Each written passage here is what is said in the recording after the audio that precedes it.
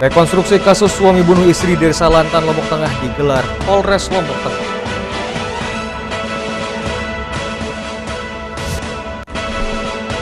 Empat terduga pelaku penyalahgunaan narkotika di 3 TKP berbeda diamankan Reserse Narkoba Polresta Mataram.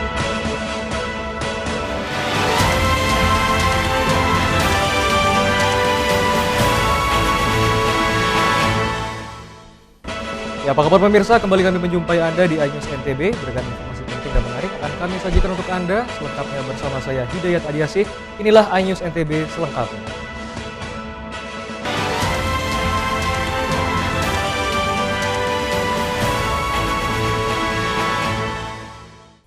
Ya, kita awali informasi pertama pemirsa dari Lombok Tengah. Rekonstruksi kasus suami bunuh istri di Desa Lantan, Lombok Tengah digelar Polres Lombok Tengah. Pelaku pun memperagakan 22 adegan untuk menghabisi istrinya. Satreskrim Lombok Tengah bersama Jaksa Penuntut Umum rekonstruksi kasus pembunuhan suami MR bunuh istri PS yang melibatkan ipar S dan mertua korban S pada awal Januari lalu di Desa Lantan, Kecamatan Batu Kliang Utara. Pelaku memperagakan 22 adegan dalam proses pembunuhan tersebut, mulai dari adegan pertama saat para pelaku merencanakan pembunuhan, kemudian dilanjutkan dengan adegan pelaku mengantar ayah mertua korban ke ladang, hingga adegan cekcok suami dan istri yang menolak untuk membuatkan kopi. Pada adegan 8, pelaku berusaha membunuh korban dengan mencekik leher korban dan mengikat kaki korban yang dilakukan oleh ipar korban. Sedangkan mertua korban mengambilkan tali rapia yang digunakan untuk mengikat leher untuk menghabisi nyawa korban. Tahapan yang kami lakukan saat ini adalah melakukan rekonstruksi untuk memperjelas siapa berbuat apa dalam perkara ini. Untuk sebagai pertanggungjawaban dari apa yang mereka perbuat dalam peristiwa pembunuhan berencana ini. Jumlah adegannya Pak? Jumlah adegan yang kita lakukan untuk hari ini sebanyak 22 adegan yang kita lakukan dalam hal rekonstruksi. Sebelumnya kasus pembunuhan suami terhadap istri ini berawal dari korban yang seolah gantung diri, namun karena dinilai janggal, polisi melakukan penyidikan dan menemukan bukti bahwa korban ternyata dibunuh oleh suami, ipar, dan mertua. Pelaku dikenakan pasal 340, pasal 338 KUHP, junto pasal 55 ayat 1 KUHP dengan ancaman hukuman seumur hidup atau penjara maksimal 20 tahun. Dari Lombok Tengah, Emma Widiawati, iNews melaporkan. Masih di berita hukum dan kriminal pemirsa, 4 terduga pelaku penyalahgunaan narkotika di 3 TKP berbeda diamankan Reserse Narkoba Polresta Mataram. Dari tangan pelaku, polisi sita 5 kg ganja kering dan belasan gram sabu-sabu. Reserse Narkoba Polresta Mataram mengamankan 4 terduga pelaku tindak pidana narkotika di 3 TKP berbeda. Keempat terduga pelaku yakni S, 58 tahun, SBR, 33 tahun, SR 52 tahun, dan SB 43 tahun. Pengungkapan kasus ini dilakukan di 3 TKP, TKP pertama di Kelurahan Pejarakan, Kecamatan Ampenan, serta TKP kedua dan ketiga di Kelurahan Dasan Agung, Kecamatan Selaparang. Dari tangan terduga pelaku, polisi menemukan 5 kg ganja kering, sabu seberat 13,74 gram, alat hisap, timbangan elektronik, dan uang tunai Rp4.950.000. Kapolda NTB Irjen Pol Joko Purwanto meminta semua pihak, khususnya wartawan, mengawal kasus ini sampai ke persidangan. Berhasil mengamankan 4 orang.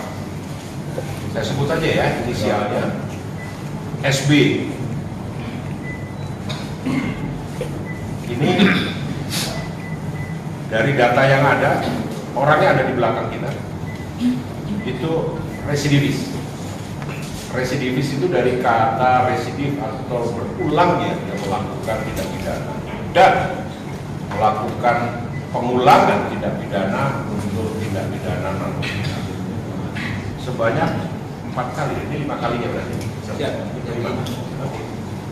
Setelah SB ada namanya SH, SBR, dan SR. Kalau kita melihat pekerjaan harian mereka dan pengalaman SB untuk berulang kali melakukan tindak pidana, maka sebenarnya pengungkapan sekarang yang dilakukan Polresta Mataram, tentunya diasistensi dengan Direktorat Narkoba Polda Nusa Tenggara Barat, harus mendapatkan efek yang maksimal pada saat pembuktian nanti akan dibuktikan di pengadilan. Maka dari itu, saya sebagai Kapolda Nusa Tenggara Barat bermohon kepada teman-teman khususnya media untuk juga mengawal sampai dengan sidang. Kapolda NTB menambahkan melihat dari barang bukti yang diamankan para pelaku disebutkan bukan merupakan pemain baru. Salah satu pelaku disebutkan merupakan residivis kasus narkoba dan sudah 4 kali keluar masuk penjara. Para pelaku saat ini menjalani penahanan di Rutan Mapolresta Mataram untuk proses hukum lebih lanjut.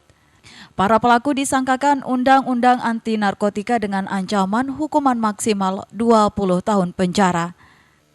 Dari Mataram, Hari Kasidi, iNews melaporkan. Kita beralih ke Lombok Barat, pemirsa. Korban meninggal laka lantas Zuhati, warga desa Sukamakmur, Gerung, Lombok Barat, tidak dapat santunan dari Jasara Harja, dikategorikan bukan meninggal karena laka lantas.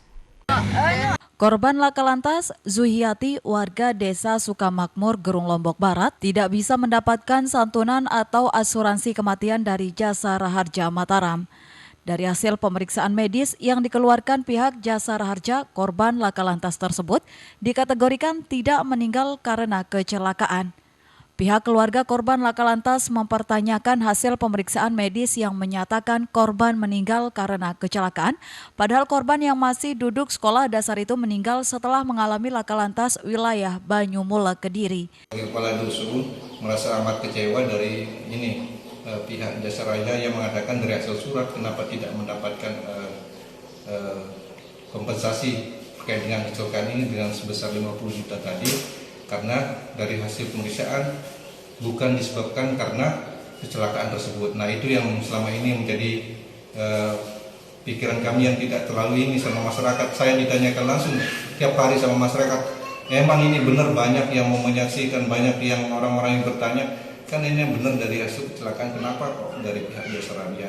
Tapi dengan alasan katanya meninggal di rumah. Yang kedua, dari hasil dari analisis dari dokter Jasara Harja mengatakan bukan dari penyebab kecelakaan tersebut. Nah, itu yang membuat kami merasa janggal. Mungkin yang perlu sampaikan, mungkin mudah-mudahan saya sebagai perwakilan dari almarhum orang tuanya anak Niki semoga mendapatkan keadilan, dan saya harapkan semoga dari pihak Jasara Harja. Sementara itu, kakak korban Hernawati menuturkan jika adiknya bersama boncengan saat akan membeli nasi, tiba-tiba datang motor dari arah berlawanan, menabrak hingga korban dilarikan ke rumah sakit, namun nyawa tak tertolong karena mengalami luka yang cukup parah di bagian kepala. Ugal-ugalan lah ya? Iya, ugal-ugalan. Pas kita melewatin itu kayak tiba-tiba salah jalur gitu, ambil jalur kita. Soalnya kan bannya itu kan ada atas kan, kayak stand ugal-ugalan. Nah, bannya itu kena kepala adik saya. Lalu jatuh? Iya, jatuh. Pihak keluarga berharap supaya Jasara Harja memberikan dana santuan atas korban kecelakaan tersebut karena semua dokumen dan laporan polisi sudah jelas menyebutkan korban meninggal karena kecelakaan. Dari Lombok Barat, Zakir, iNews melaporkan. iNews NTB akan segera kembali, untuk itu tetaplah bersama kami.